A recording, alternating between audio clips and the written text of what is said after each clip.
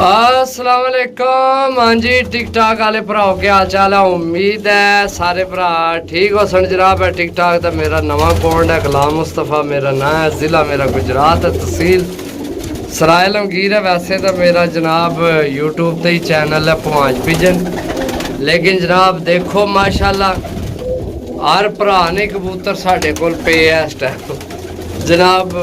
बड़ा बड़ा तगड़ा कबूतर, बड़ा बड़ा जनाब नायाब कबूतर। जिस भरा कबूतर लैने हो साडा पवांच पिजन ने ना तो चैनल है यूट्यूब ते, सानू सपोर्ट करो जनाब।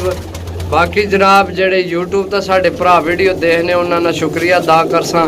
अल्लाह पाक तुहानू अपने ज़ुबान च रखे। चेक करो जनाब जेठ तो पहले ही जनाब बड़ा अफसोस है कि जनाब भरावां ने इतने कीमती कबूतर ज़ाया हो गए जेड़े नहीं सन होने चाहिए। जेठ सारा अगे पे है, सही है। तो जनाब कोई कबूतर ऐसा नहीं है, इन्होंने भी हुण के पता कितने जनाब इनामा वाले कबूतर हैं, तो कितने के हिसाब है समझो ना। बड़ा नाम लगे है यारा दोस्ता, बड़ा इनाम लाए इन्होंने कबूतरों का। हुण इन्होंने विच के पता किस किस ने की केड़ी नस्ल ना जनाब भरावां ना कबूतर है, सही है।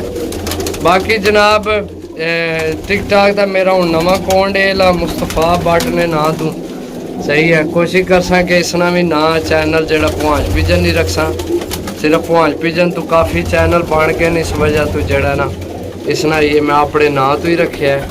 बाकी चीज़ा देखो जनाब, अगर किसी भरा ना भी कोई कबूतर हो जनाब रबता करके लै सकना है, सही है। नंबर वाले तो ज़्यादा मैं काला कर छोड़ियाँ, कोई लैके कोई नहीं लैके गए, कोई साढ़े कोल ही पे, सही है। ए चेक करो बाहर कढ़ने, बाहर कढ़ के तुहानू चेक कराने।